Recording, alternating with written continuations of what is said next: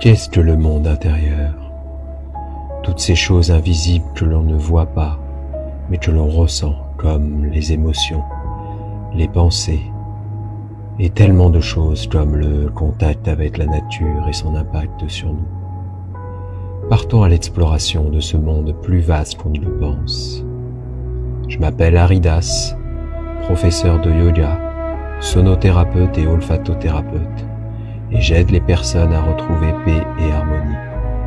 Et je vous souhaite la bienvenue sur le podcast Éveil et Sens. Bonjour. Ce troisième épisode intitulé Respirez, relâchez, reprenez sera découpé en plusieurs parties. Dans cet épisode, nous allons explorer comment trouver son propre rythme de vie, reprendre en main ce qui nous a été pris par un système qui fait une standardisation de l'être humain, comme si nous fonctionnions tous selon les mêmes rythmes, les mêmes codes, les mêmes valeurs.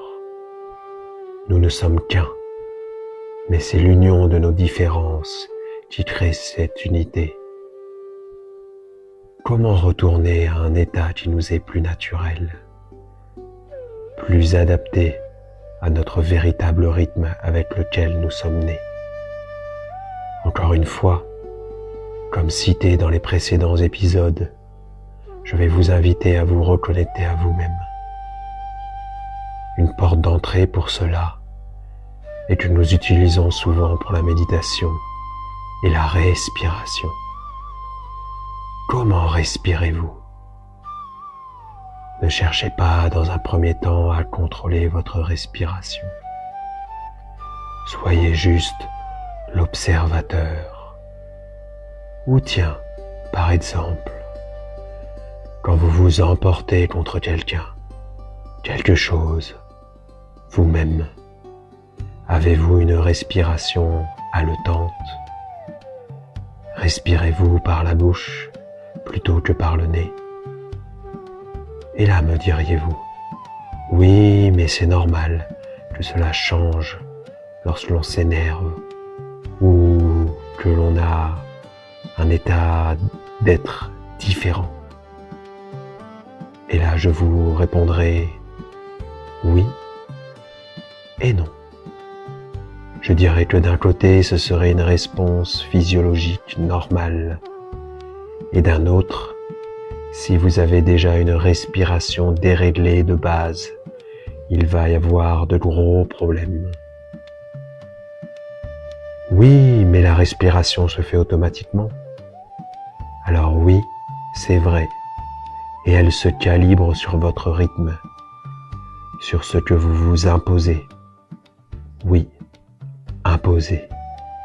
Car lorsque l'on fait les choses de manière fluide, le corps suit détendu, avec cette même fluidité, sauf si vous avez un stress chronique, brutal. J'entends par stress tout ce qui nous pousse à aller au-delà de ce que l'on est, de ce que l'on peut tolérer. Le stress est nécessaire pour progresser dans la vie, mais à petite dose. Mais aujourd'hui, ce sont plein de micro-stress qui nous polluent au quotidien. Pesticides, pollution de l'air, bruit trop important, odeurs désagréables et j'en passe. Plus toutes ces choses de notre propre environnement, nos relations, notre travail, etc. C'est pour cela, soyez l'observateur. Voyez ce qui dysfonctionne chez vous en observant votre réaction dans diverses situations, environnements. Avec le temps, vos dérèglements s'installent et même si vous changez tout autour de vous, le travail, votre environnement social, de vie, mais que vous ne changez rien en vous, vous serez toujours autant troublé. Et c'est là que la respiration est une porte pour cela. Vous pouvez réapprendre à respirer normalement et ainsi, en même temps, reprendre conscience de ce qui peut, ce qui doit être changé en vous. Mais avant même de vouloir partir dans des exercices de respiration, pranayama, comme on dit en yoga, comment est votre respiration? Vous respirez par la bouche. Arrêtez tout de suite. La bouche ne sert pas à cette fonction. Éventuellement pour expirer de temps à autre, mais préférez le nez pour l'inspiration et l'expiration. Pourquoi? Car il y a une filtration naturelle dans le nez que vous ne retrouverez pas au niveau de la bouche. De plus, votre rythme sera plus calme, plus lent. Il ne sert à rien d'avoir une respiration trop rapide, à part venir agiter le système quand ce n'est pas nécessaire.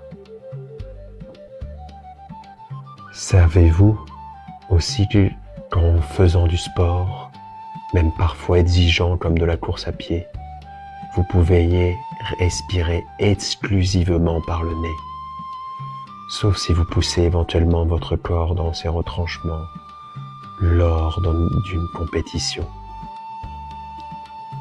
Et là, vous me répondriez, oui, mais j'ai régulièrement le nez bouché. Il m'est impossible de respirer tout le temps par le nez. Encore une fois, observez-vous. Quand est-ce que ça vous arrive le plus souvent d'avoir le nez bouché? Quel mécanisme? Qu'est-ce que vous mangez? Dans quel environnement êtes-vous? Comment est l'air que vous respirez? Et vous verrez, en vous posant les bonnes questions et en changeant, réajustant les choses dans votre vie, il est fort probable que celui-ci soit de moins en moins bouché. Vous pouvez aussi très bien le nettoyer avec de l'eau tiède salée, Jalaneti, une technique de yoga. Certaines huiles essentielles, plantes, peuvent vous aider par inhalation, mais je vous laisserai faire vos propres recherches. Et peut-être vous avez déjà dans votre jardin, dans votre cuisine. Vous pouvez aussi utiliser la technique du humming, qui consiste à produire un son comme si vous fredonniez et dirigiez les vibrations au niveau de vos cavités nasales.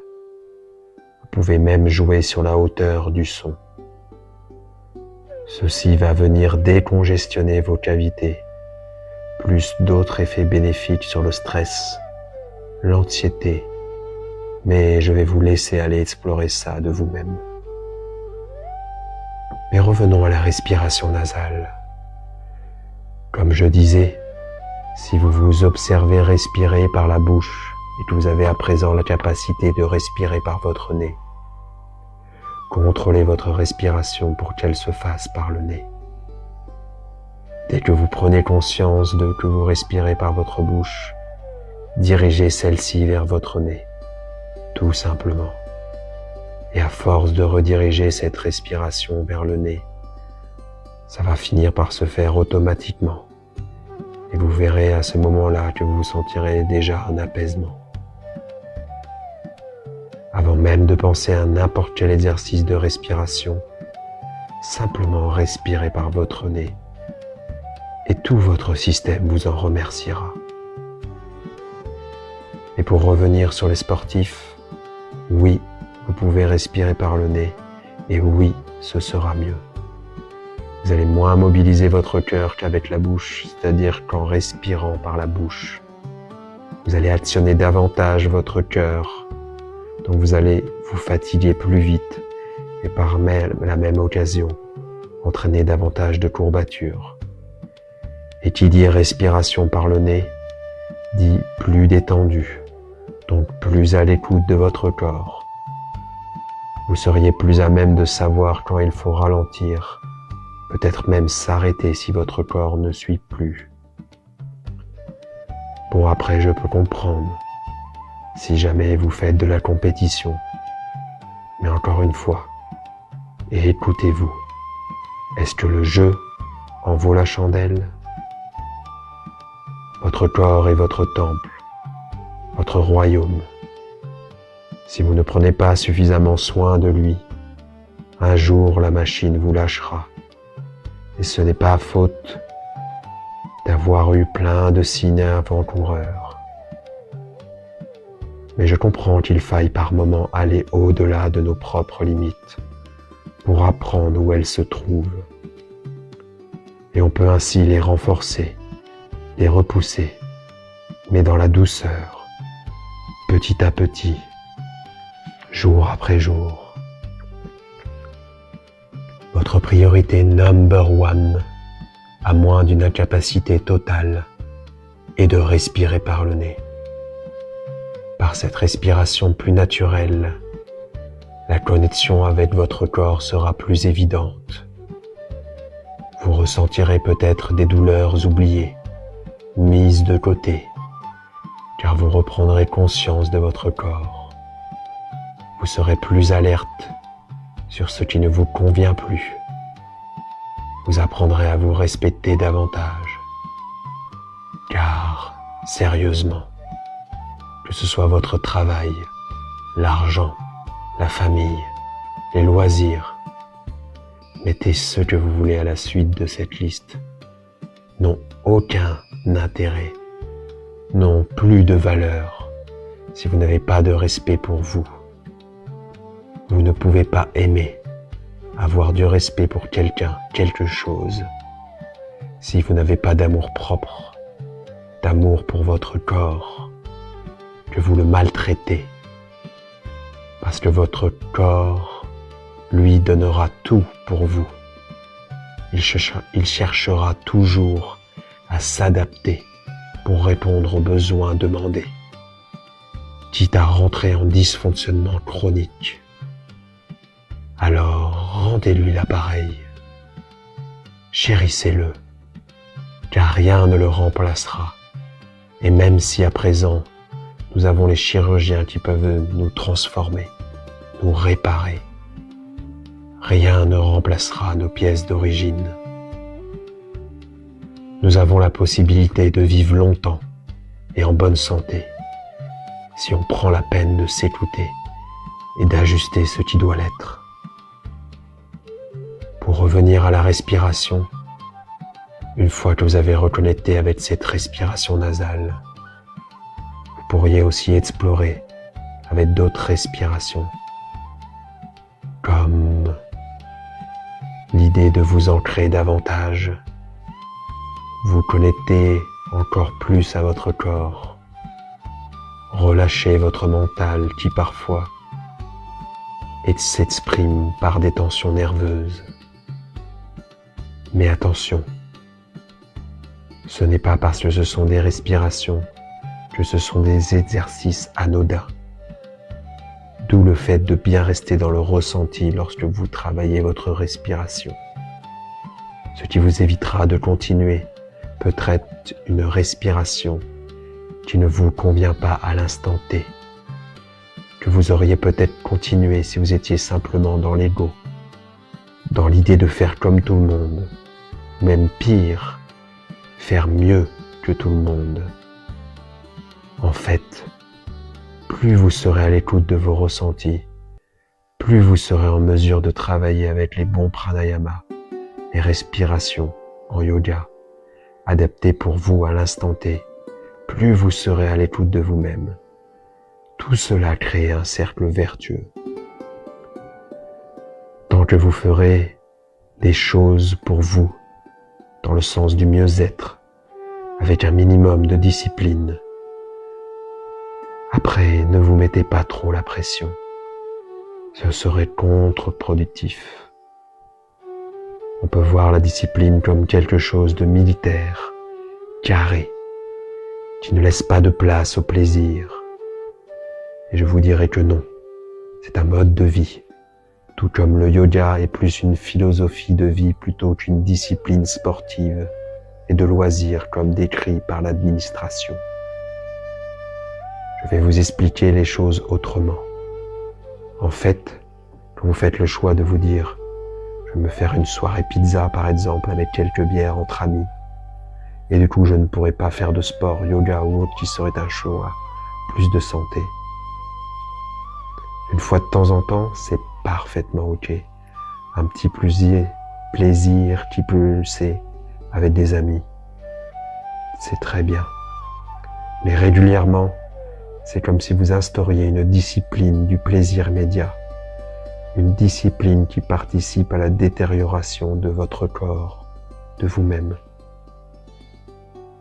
Je dis discipline du plaisir immédiat, car à l'inverse, une discipline dans le sens de la santé, on ne ressent pas forcément toujours les effets bénéfiques immédiatement. Mais par contre, la récompense s'installe dans la durée. Une meilleure résilience, plus d'énergie. Mais ne vous blâmez pas pour autant. Chacun fait ses propres choix qui lui semblent justes pour soi à l'instant T. Chacun suit son propre chemin, son propre rythme. Prenez juste le temps de vous considérer dans votre entièreté et vous vous dirigerez de plus en plus vers les meilleurs choix pour vous. En attendant la suite de cet épisode qui sortira le vendredi suivant, prenez soin de vous et de votre corps. C'était Haridas et je vous dis à bientôt.